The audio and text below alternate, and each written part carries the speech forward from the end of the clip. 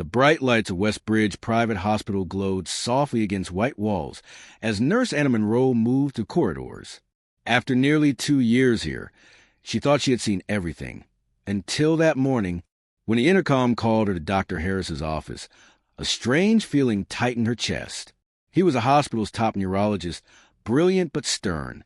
Was she in trouble? Transferred? She steadied herself before knocking. "Enter," his calm voice replied.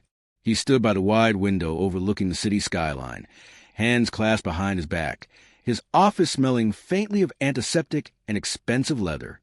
"Anna," he began, turning toward her, "I have a patient who requires special care.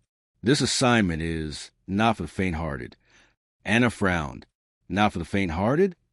He gestured toward a thick file on his desk. Grant Carter. Her breath caught. Grant Carter? Even before she opened the folder, she recognized the name. A black and white photo on the cover showed the wreckage of a luxury car from a year ago. Grant Carter, the city's youngest billionaire and head of Carter Enterprises, had driven off a bridge in the rain. He'd been in a coma ever since. Dr. Harris's voice softened. Most staff just perform their duties, but he needs someone truly committed, someone who'll care. Anna hesitated. Caring for a man who might never wake up wasn't just difficult. It was lonely, yet she found herself saying the words before she could stop them. "I'll do it." That night, she stepped into his private suite on the hospital's top floor. The room felt nothing like the rest of the hospital. Soft lights, dark wood, a sense of quiet wealth. And there he was. Grant Carter lay still in the bed, machines whispering around him, even motionless. He was striking, dark hair against pale skin, a sharp jawline, broad shoulders beneath the hospital gown. If not for the tubes and monitors, he could have been simply asleep. Anna approached quietly, dipped a cloth in warm water, and began to clean his skin. A shiver ran through her when her fingers brushed his arm, an odd, electric awareness. "You didn't get to choose this, did you?" she murmured. The heart monitor beeped steadily. Her only reply, "I'll take that as a no." Days turned into weeks. Her routine became ritual, changing his sheets, washing him, checking his vitals. But she began talking to him, too, about her shift, the dreadful cafeteria food, the gossip among nurses. "Maybe I just like the sound of my own voice," she joked one night. The machine's rhythmic beep almost felt like laughter. One afternoon, while wiping his face, she saw it, a flicker in his hand. She froze. "Did you?" She blinked. "Nothing. I'm imagining things," she told herself. But it happened again, a faint pressure on her wrist as she adjusted his pillow. Her heart skipped. "Grant," she whispered. Silence. When she reported it, Dr. Harris only frowned. Could be muscle reflex. Don't get your hopes up. Yet hope took root anyway. A week later, tests showed something new. Stronger neural activity. "It's a good sign," Dr. Harris admitted cautiously. That night, Anna sat beside Grant, the city lights reflecting off the window. "I don't know if you hear me," she whispered. "But I think you do." She told him about her childhood in a small town, her dream of becoming a nurse, the loneliness of city life. And deep inside his unmoving body, something stirred. The next morning, as sunlight filled the room, Anna began his daily bath. "You know, Grant," she teased softly, "I should get a dog. At least it would listen." She smiled at her own joke, then reached for his wrist. His fingers tightened around hers. She gasped, the cloth slipping from her hand. For one breathless second, she thought she imagined it, until his eyelids fluttered. Then they opened. Blue eyes, confused, unfocused, but alive, met hers. Anna couldn't breathe. She'd stared at those closed eyes for months, praying they'd move, and now... "Anna!" His voice was a rasp of air. The bowl crashed to the floor. She slammed the emergency button, shouting, "He's awake!" Dr. Harris and the team rushed in, monitors flashing. Grant's eyes darted around the room, frightened, disoriented. He took my hand. Anna stammered. "He spoke to me." Tests began immediately, but Grant's gaze kept returning to her. Even amid the chaos, his trembling fingers reached out again, searching until they found hers. Dr. Harris noticed. Mr. Carter. Do you recognize her? Grant's voice was hoarse. I don't know, but I feel like I should. A chill rippled through Anna. Somehow, he did know her, not in memory, but in something deeper. The days that followed were a whirlwind. Doctors couldn't explain how quickly he recovered. Within weeks, he was sitting up, eating, even standing with assistants. His memory, though, was fragmented, blank before the crash. During one session, Dr. Harris urged him gently, "What's the last thing you remember?" Grant frowned, pressing his temples. Just flashes, lights, fear. Anna, sitting quietly nearby, listened. "Take your time," the doctor said. There was rain, bright lights, then darkness, Grant murmured. Dr. Harris nodded. Memory loss is common after trauma. Don't force it. But something in Anna's got twisted. He doesn't remember everything. That night, long after his shift ended, she returned to the records room. She reread the crash report and froze.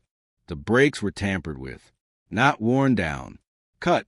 Her hands trembled. Someone hadn't wanted Grant Carter injured. Someone had wanted him dead. And whoever was might try again.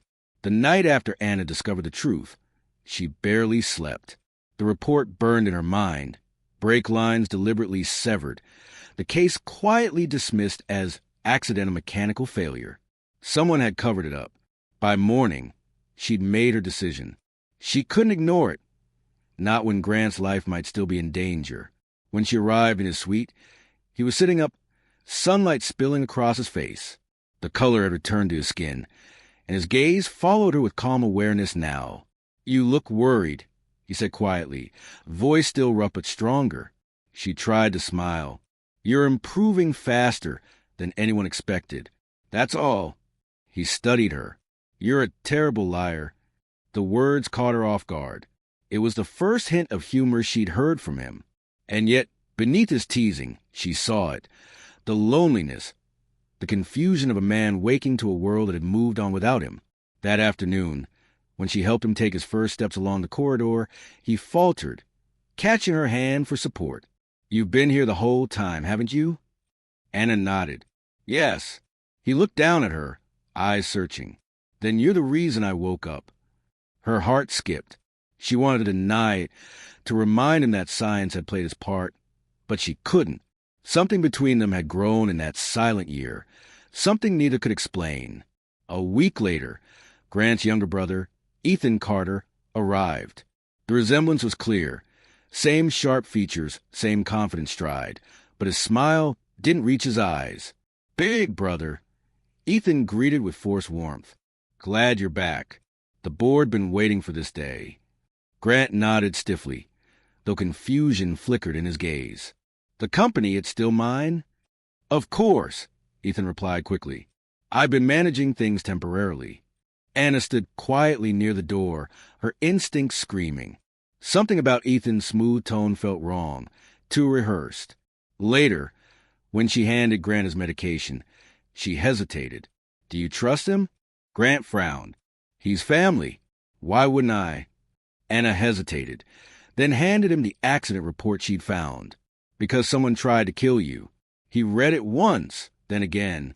His face hardened. "Who else has seen this?" "No one. I wanted you to know first."